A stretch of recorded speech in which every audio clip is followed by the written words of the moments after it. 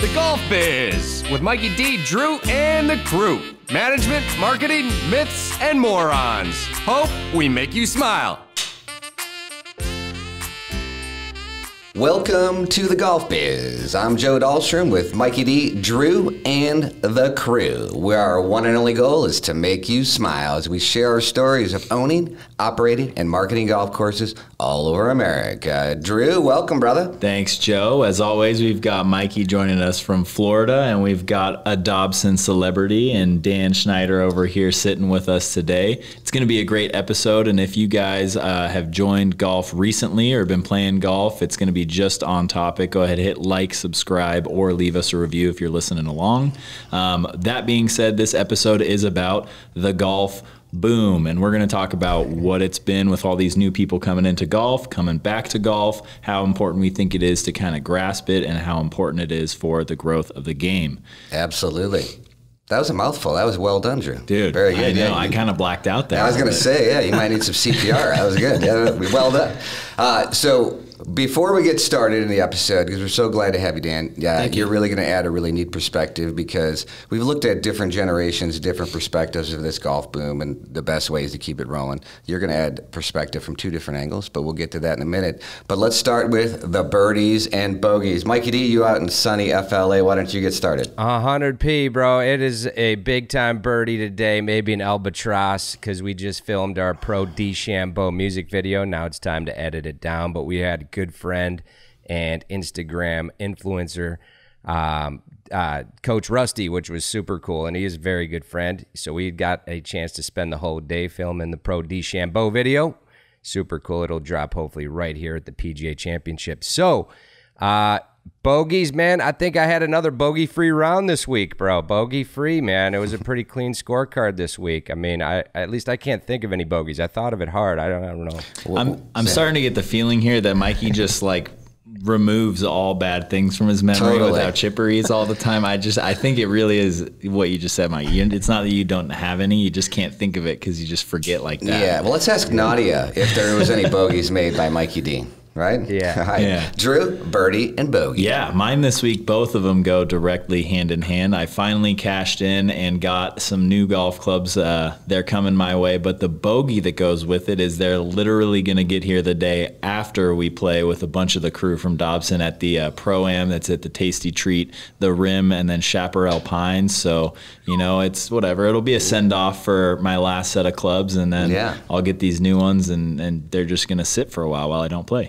Absolutely. You know, another tour event for you since you turned pro a couple episodes ago. You know, I missed the, I was out of town last weekend. I didn't get to go to the Open qualifier, but it's all right. I figured I'd give everyone else a chance. Yeah, absolutely. That was nice. So, Dan, birdie and bogey. Yeah, I'll start with the bogey. Tough start, Shadow Creek, hole one, snap hook left right into the creek, leading to a bogey on the Vegas golf trip. So that was a tough one. But the good news is the birdie is we have started our PGA Junior League Tuesday and Wednesday, so that's going good. All the kids are happy, got their uniforms, and we're looking for a good year this year. Absolutely. Well, I think just playing Shadow Creek's a birdie. Just playing it. True. Yes, it's pretty special.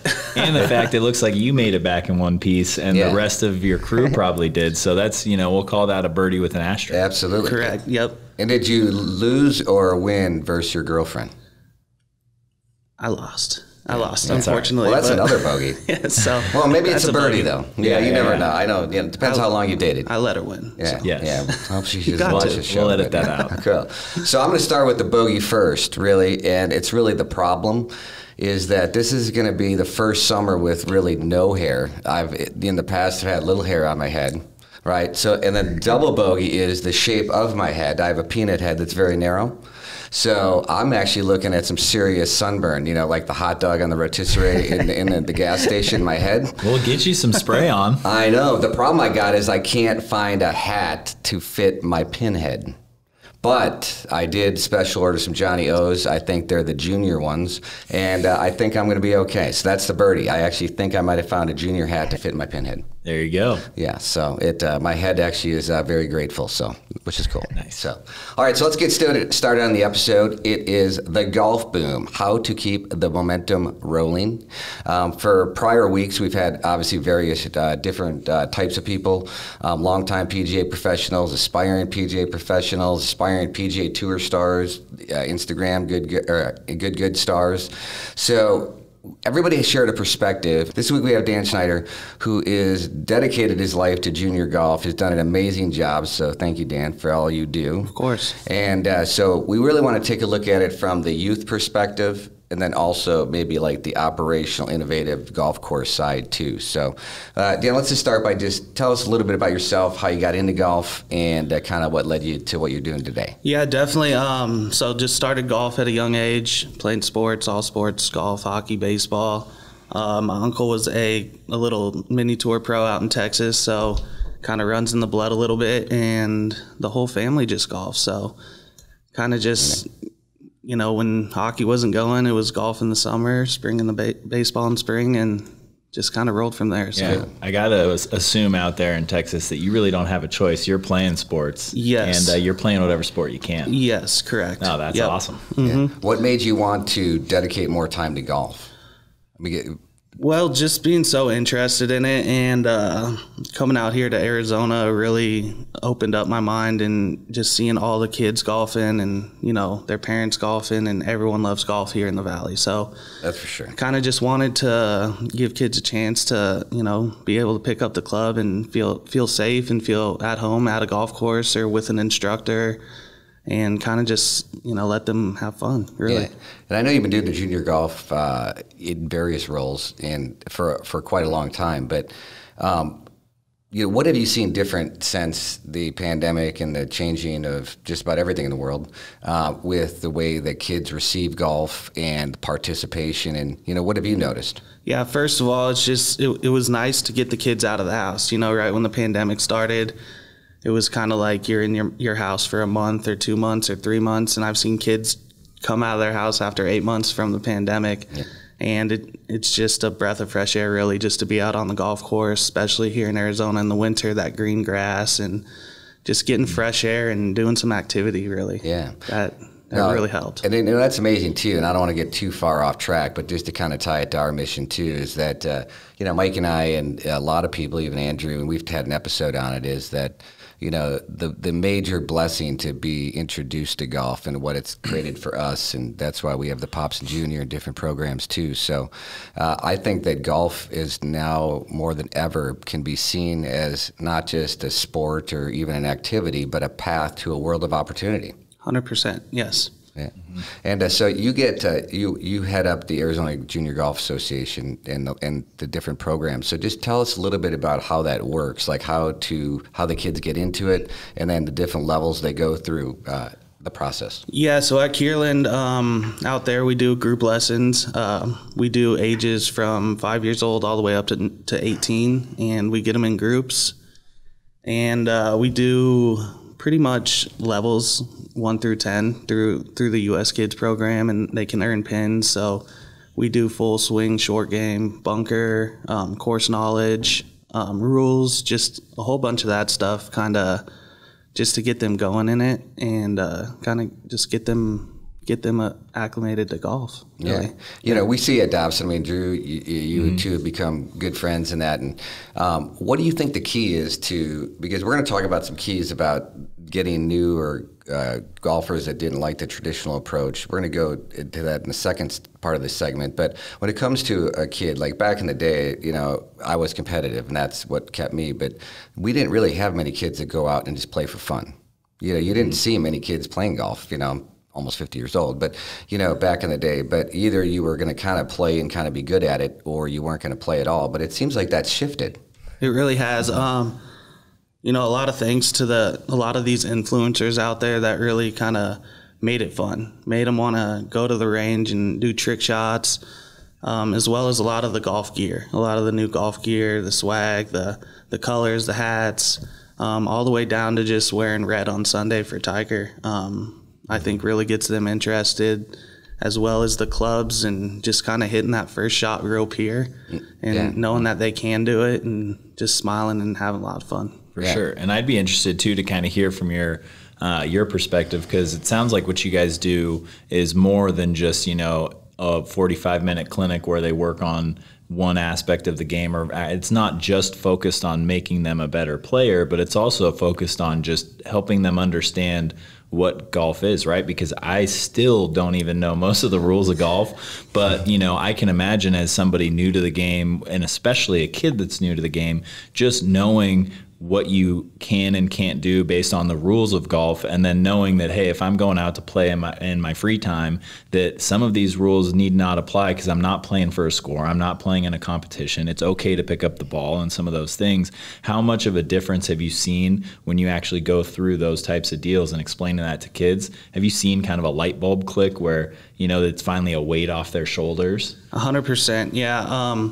Especially with PGA Junior League, the match play and the scramble aspect, and you know, getting a kid in the bunker for the first time. They had no idea what a bunker was, or you know, even to hold the golf ball out, sitting on the driving range, just hitting shots out there. They just had no idea what the fairway was, where the first tee was, you know, not to walk in people's lines, and you know, all that's okay.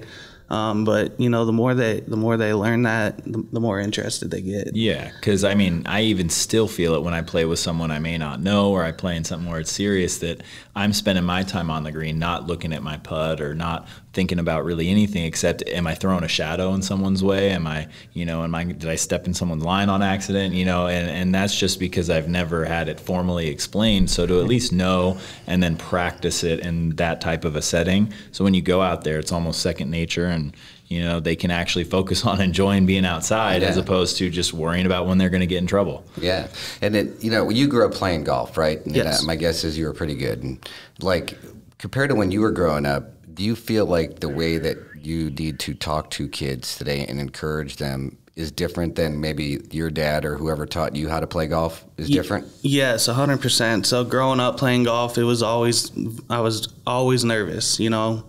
I can't even remember my first teacher's name, or he's just a scary guy behind the glasses. So, you know, when I get out there, I just like to just kind of have fun with the kids, you know, throw them a little dance move, you know, kind of give them a high five, handshakes, the whole nine, just to kind of get them happy and energetic and wanting to play. Because when you're out there and you're slouching, you're scared, it's tough to play golf, and it's not fun. Yeah. So just being able to let them do different things out there is great too. You know, a little driver off the deck, you know, playing a hole with just your putter, or just a million different things that can happen out there just to keep them interested. Yeah, absolutely. Because Mikey, we grew up playing junior golf too. I can't imagine, because we do a lot of clinics too with our foundation, and it's amazing. It's the best part of my week, and because it's different. Because our father, we were there for one reason and one reason only, and that was to win. And that didn't happen very often either. But you know, I think with junior golf growing up, I mean, Mikey, you can imagine seeing it different down at Palm Beach National too, just the way that the kids react, and it, you know, being more about fun and the targets and the silliness, right? Absolutely. Well, I've seen a huge increase in youth golf here over this last year and a half, which is cool. And what's neat about PBN and what I see is I've seen them multiple times now. So they've come out, they got exposed to it, and then before you know it, they were coming back twice a week. But it is always introduced by a parent, usually brought into by their grandfather or father, mother, whatever.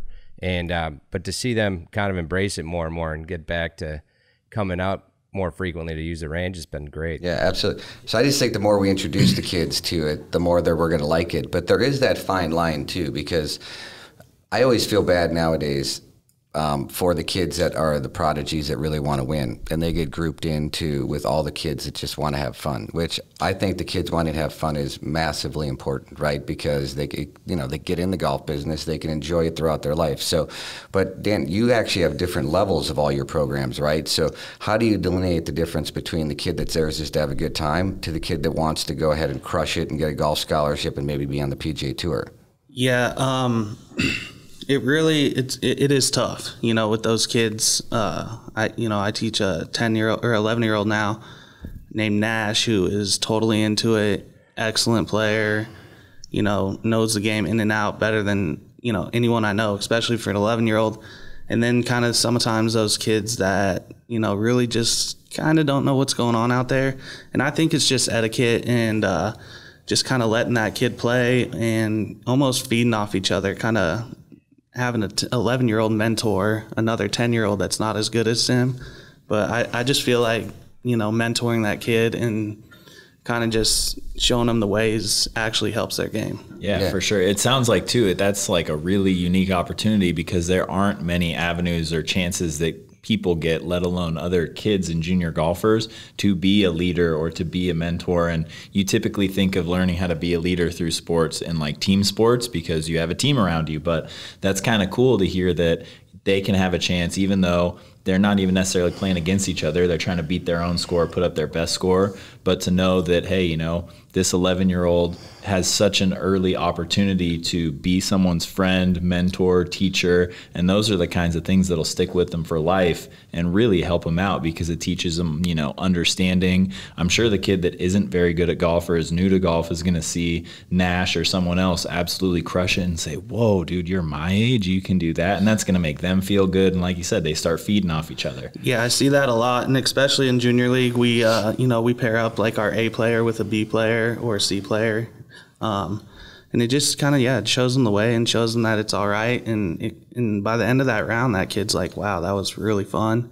And I do want to learn. And, they want to go home and look at the history and look at YouTube videos and kind of just see what's going on out there. And it kind of opens their eyes and gets them going. Yeah, no, that's actually a neat point. It sounds like you actually take the potential prodigy, the one that's passionate about the golf, and actually use him as a mentor to the kids that are moderately or just out there to enjoy it, to maybe enhance their experience too. So that's really a neat approach. Yeah, 100%. And it does help that A player kind of just mentor them and, grow as a kid. And, it's about leadership too. Yeah, in the old school way, that kid got isolated. Yeah. You know what I mean? He wasn't, remember the David Duvall stories? Yeah. You guys don't, but David Duvall actually couldn't even ride in the same van as the other kids. And, there was total isolation for all the top players in the game. They didn't even bother being around anybody else too. So, but no, that's definitely an interesting approach.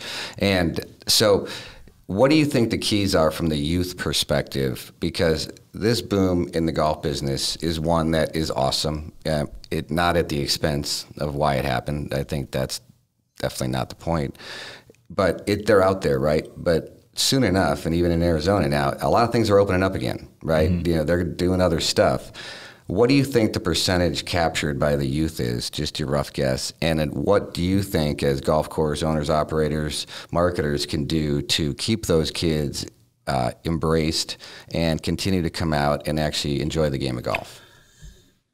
I really just think it's about the opportunity, going somewhere and paying $65, $100, $200 to play around a golf, 9 holes for a kid. Yeah. It's not going to happen. So in that case, they're not going to get a play. They can hit the range and stuff, but I think just some of these golf courses opening up to just being better with their junior programs and giving the juniors a chance to go play. Yeah. I think that's really going to keep the kids, coming back and sticking around. So yeah, pretty much just a little bit more in tuned into the juniors because they are the future. Mm-hmm. So yeah, and it's something too. I feel like there's a lot of people out there, and people look at us and probably think we're the same. That everybody says they want to help juniors, they want to make stuff available, and I think what you said at the end was pretty important. And then they don't put any programs in place, or they do put a junior program in place where it's like there's a 1 hour window and it's standby only, and it's on the one not busy day a year, and they have to be with an adult, and it's only not, and all this stuff. And they're saying they want to help, and they probably really do, but they can't find a way to do it, or they can't bring themselves to actually follow through, which is why, we're so excited to have the Pops and Junior program and to have all these other things that we're trying to work towards doing, because I can feel that too, you know, as someone that runs a business, it is something to kind of grapple with. So working to find it. But I think another really unique way to look at it, and something we've done and we've talked about a ton as Paradigm Golf Group, is to just kind of reframe what golf, right? The word golf, when you guys hear that, because you grew up playing golf, it's 18 holes. Yeah. It's, you know, it's going out and playing around a golf or playing tournament golf or something like that, where a majority of these juniors that got into it for the first time, they're multi-sport kids, maybe it's not their favorite, whatever it is, golf to them can be anything. Golf to them could just be going to hit a medium bucket of balls. Golf to them could just be going to putt on the putting green instead of a mini putt course. It could be going to do a back nine and breakfast with dad before he goes off to work, or whatever it might be. And I think that for so long, golf has been golf. Golf has been 18 holes, tournaments, you got to be amazing. And I think if as a whole we kind of let other people get that golfer label because they do anything related to golf, is going to be huge in keeping it. Because out of the, say, 100,000 kids in this area picked up golf for the first time in the last 6 months, maybe only 1,000 of them want to actually play and compete. So we're isolating 90,000 kids or whatever it might be, right? So if we make it more inclusive, even if there's 20,000 that actually hated it, never want to come back, whatever, but there's a huge pool of people, not just kids, that golf can mean whatever they want it to mean, right? They can come out and find a way to use golf or something golf related, you know, to find happiness or to find an outlet.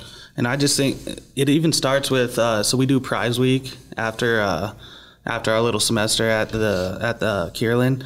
It all it's a Star Wars golf ball. It's a little divot repair tool. It's a ball mark. It's a hat.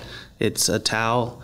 It's anything that just is like, okay, I can relate to that, or a money ball. So when they putt, they want to put that ball in the hole and say, I got that money ball, you know? Yeah. Just little things like that, that really keep them coming back. You know, and I think a big part of it too, because I'm incredibly guilty of this. I think until recently, the last few years of our dad get sick and realizing what golf meant to us, is that junior golf as a business isn't necessarily a good one. You know, because it's hard to make money. It's a total time, you know, it takes a lot of time, right? And so I always looked at it that way. I think that we gave a pathetically averaged effort to it until recently to understand that we made it more of our mission, right? That we're going to use golf to give opportunity to kids, right? And I think that if you own a golf course, you manage a golf course, I think you have to really look at it that way. Because if you actually go do an Excel spreadsheet and a P&L on it, it's not going to pencil very well, right? Mm-hmm. Because you have to make it very inexpensive or even free. I think free clinics have been a huge hit, giving kids golf clubs, doing all these things. But for all the people out there that don't think they have the time or, you know, the financial ability to do it, there are volunteers, there's nonprofits, there's so many different ways you can do this. And you can use unused inventory. You can use, you know, the other side of the driving range, and you'd be surprised how many adults would like to come volunteer and actually give those kids golf lessons, and how many people donate golf clubs for junior golf. And 100%. So I think it's really just you have to shift your mindset rather from business to mission.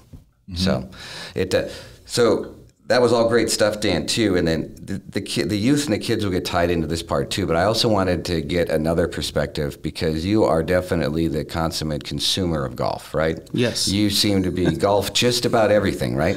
Yes. Yep. Yeah. Just you don't have to answer this, but do you have a golf pillowcase in bedding? I do not. No. Okay. But I do have every golf flag. Every golf course that, you know, I've played. Yeah. I usually buy a flag, so it's all golf flags. I got a golden tee machine at the house.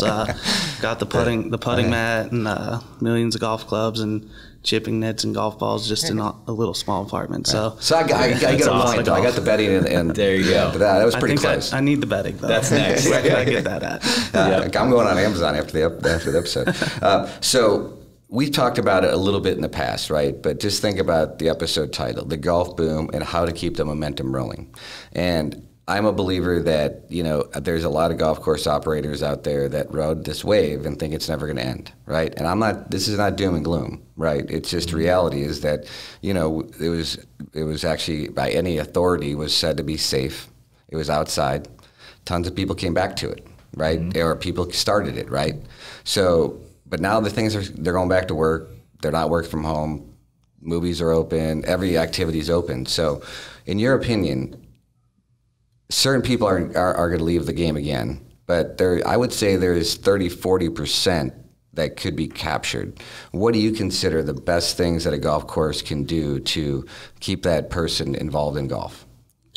100% of what Dobson Ranch does with the putting contests, the driving range with the beer cart going around, or the Powerade cart or whatever, shot tracer, and just, I really just think it's keeping a golf club in their hand, because a lot of those people might go out and shoot 100, and then, they're all in it for like 3 months, and then they do that, and then it's like, I haven't golfed for a couple years after that. So I just think it's just kind of keeping the club in their hand, keeping them interested. The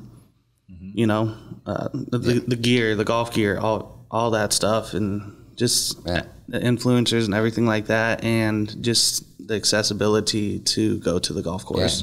Just talk about accessibility. Mikey, you actually have like the Sunset Players card out there, and it's, we brand it as it's less than a movie. And what do you see with the crowd that comes out? I'm so glad we're having this conversation because the golf boom is absolutely real. I think they felt it all over the nation. So it is real.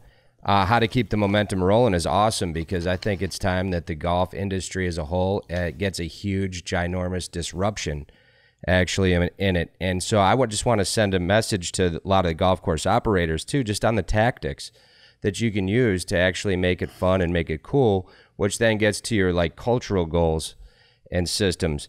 And so you never underestimate the power of actually music. And I know that we talk a lot about piping music in, recognizably loud music, but what kind of music, right? Because so many people want to just default to like classic rock and all that stuff. But there are so many good beats today that you can play that just completely illuminate your property. So you got to get some good speakers, and you got to pipe some music in there. It just breaks that freaking silence. All right. I mean, even if it's whatever you want to play, Maroon 5 all the way down to Gregory Isaacs, man, let's jam it. Secondly, creating programs. So never underestimate either the ability to connect with somebody. Have you played here before? You love the afternoons. Then use your unused inventory to sell golf to the working guy that wants to come out at 5 p.m. to make it affordable, where even if he gets 12 holes in, he's happy because it didn't cost him a whole lot, and you used inventory that you never sold anyway. So it's a win-win for everybody. The programs are huge, all the way down to the value programs. The range targets. So even if you don't get Top Tracer, which definitely Joey could elaborate more on, which has been huge, but even just some simple range targets out there, I'm watching people all day long. They love a little challenge. They love a little target. And they're out there playing either golf pong or smashing targets. The Noise got those funnels that we originally said cool, not cool. It's been a super, super big hit, right? So it's just activities, dude, making it happen. So and then just the ability, never underestimate the ability to make eye contact and say, I'm glad you're here. Would you like me to make you the same time next week? We'd love to have you back. I mean, that right there actually warms somebody up to say, oh, well, that's pretty cool.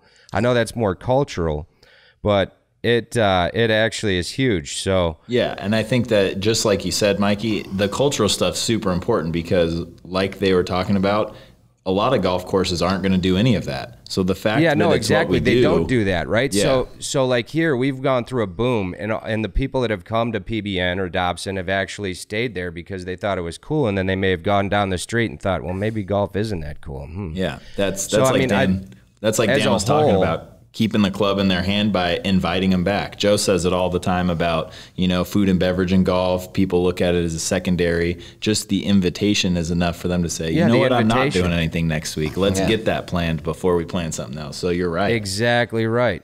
And the fact you took an effort to actually tell the guy he's important and that you'd love to have him back is huge. It's huge. It's better than any discount you can offer somebody. It's awesome. And then just actually listen to your guests and your customers as they talk to you. I mean, 90% of suggestions are probably, you can just whatever, but 10% of them are actually really, really good. I mean, to be able to just pipe in music today in your golf cart and play it through your phone and play it as loud as you'd like.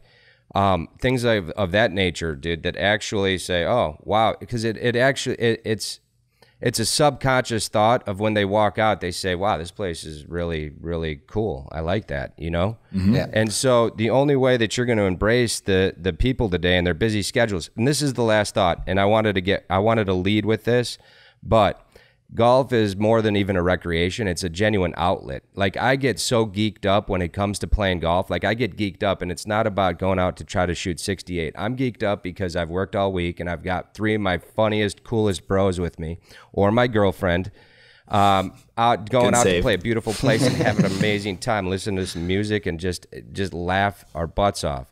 And so golf is such an outlet today for people with busy schedules, families, things going on, even kids have their busy schedules, their distractions, and everything else that's going at them.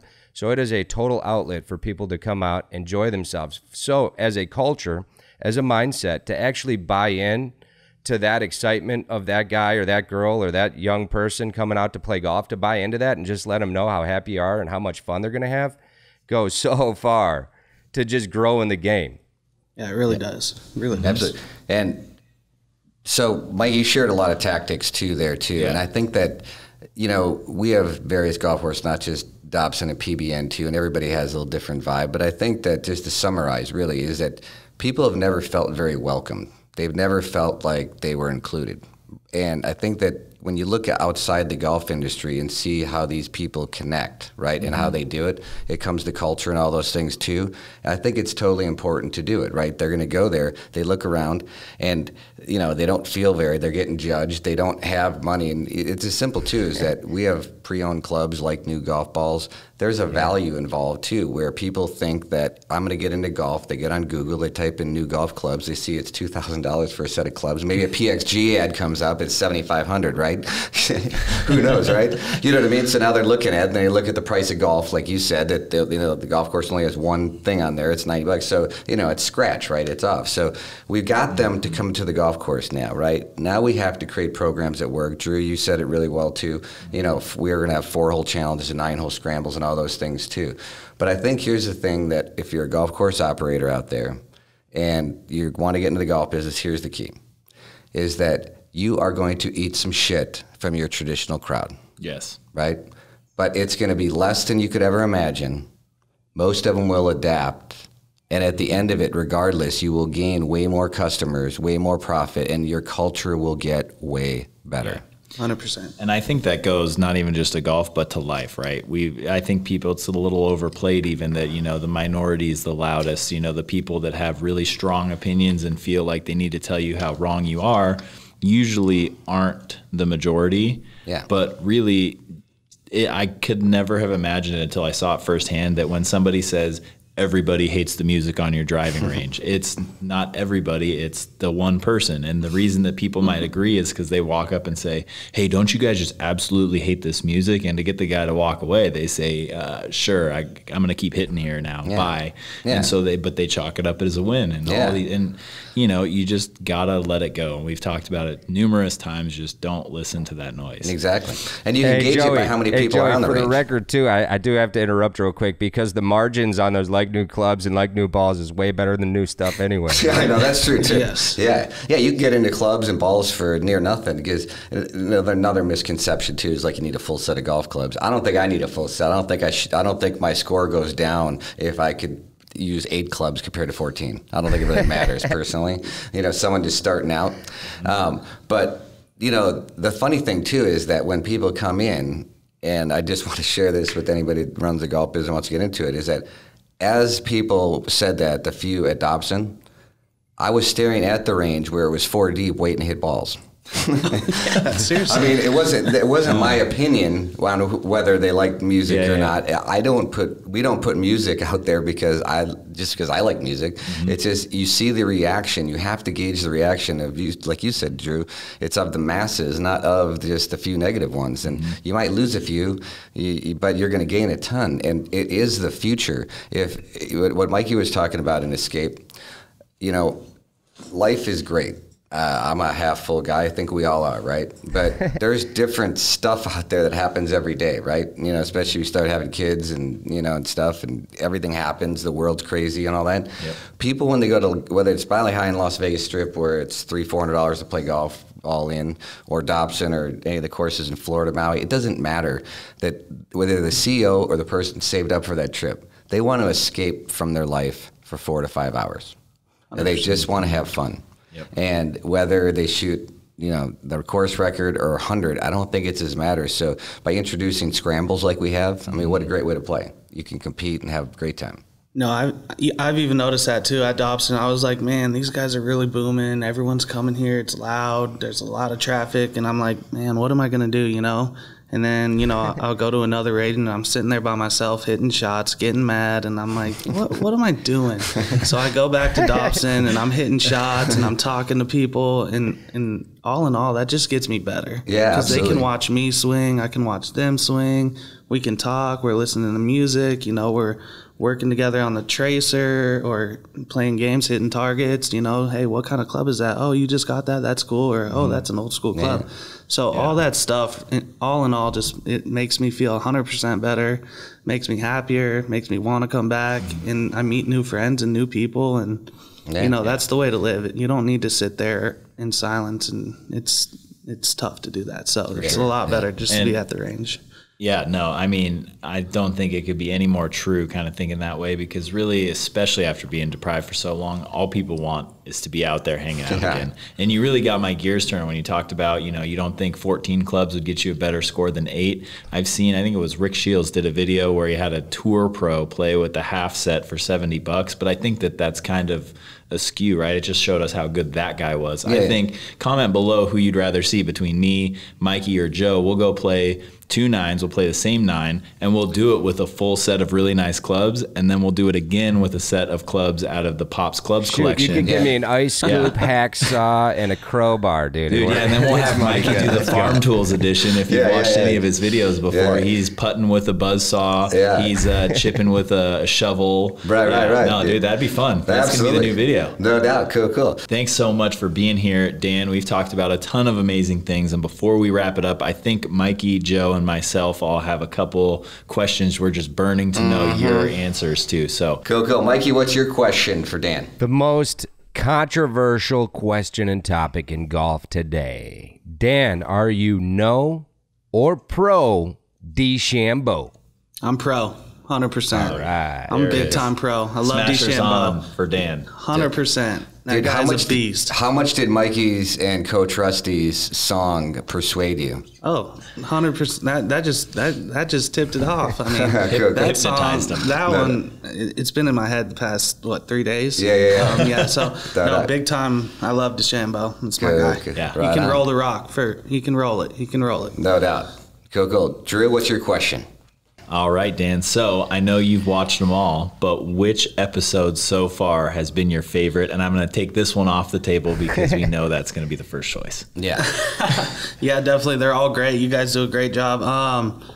I'm going with Centennial Perspective just because my people are on it, man. It was there you go. Hardcore love there, man. Yep, one of the good guys. Yep. Brendan Jelly, the tour player, national champion. 100%. I mean, those guys do so much. They inspire so many kids, and they just do such a good job of bringing life to the game and having fun. And, you know, they're just good people, and the whole Dobson crew is just excellent. And I appreciate y'all for that. Yeah, and hearing that from you, you know, we couldn't be more proud of them and really everybody else at the Dobson Ranch team. I think it's night and day from where we've come, and it is not easy to put a team together like that, but they're bought in, they're all hungry, and Skull's got no chance in the best. I think the chainsaw takes him out at the legs. You were hitting it good the other day, man. You know what? We all were. That's a side note. That episode is going to be, everyone's going to be like, whoa, was there a 6-month break between the last one and this one? Yeah. So we were all playing night and day different. Absolutely. 2 final questions because we have to do it. We ask a lot of people the would you rather, right? Oh, yeah. And I thought of this one for you, right? Because a lot of people won't understand it, but I just see the love of the game of golf and being outside. So would you rather pick the range in August in Arizona by hand or sit at a desk in a cubicle for 12 hours? I'm picking the range all day. I knew he was going to say it. No doubt about it. Oh, yeah. Ooh. No, that's close. We'll let him do it. I was gonna say either one because I'll be working out there, You do have the dodging and moves. ducking, He does shake it up. waving at him, say hit me, come on. So Cool. 100% I'd be picking the range. Right on. No place like home at the golf course, man. And I just want to tell you, if you say like the skull on this question, I am going to smash my head against this table, right? Not because I don't love the skull, right? But dream foursome. Yeah, that's a tough one. Gonna have to go with the GOAT, the big dog, Tiger, me, Tiger. And then I was just gonna say, little Nash. There you go. My little guy Nash. He brings a lot of life to my game, and I'll throw my dad in there. Cool. Yeah, There you go. That was a wonderful foursome. Yeah. Yeah. Big Bringing dog. the family along with Yeah, you. for That's sure. Perfect. Absolutely. And it could be anywhere too. I'll play anywhere. Yeah. That's the dream foursome right there. I was ready and waiting to throw you under the bus a little bit and tease you about not picking your girlfriend, but you know what? I don't even think she could get mad at that one. I know. So. It's obvious, but Tiger's the one to steady, man. He gets we've asked a lot of people. He gets the nod. Yeah, no. for But sure. that was really cool, though. Yeah. But I think, Dan, that's indicative of you. And, thanks for coming on this episode, and thanks for being you. Thanks for bringing the joy to Dobson and our team. But all those kids out there that you're making a positive impact in there, you should be proud. I know your parents are proud, and thank you for doing that. We look forward to a long time of friendship, partnership. So thank you for everything you do, okay? 100%. Thank you guys so much. I mean, you do so much, and you guys inspire me and a million people out there. So thank you very much, and keep doing good, guys. Thank you. Cool. Yep. And if you guys are ever curious, see what Dan is up to. It's at Golf Guy Giggin on Instagram. We'll have his link in the description. And as always, we appreciate you guys spending your time with us, tuning in. And as always, we hope we made you smile. See you next time. From the T to the green and the P to the B.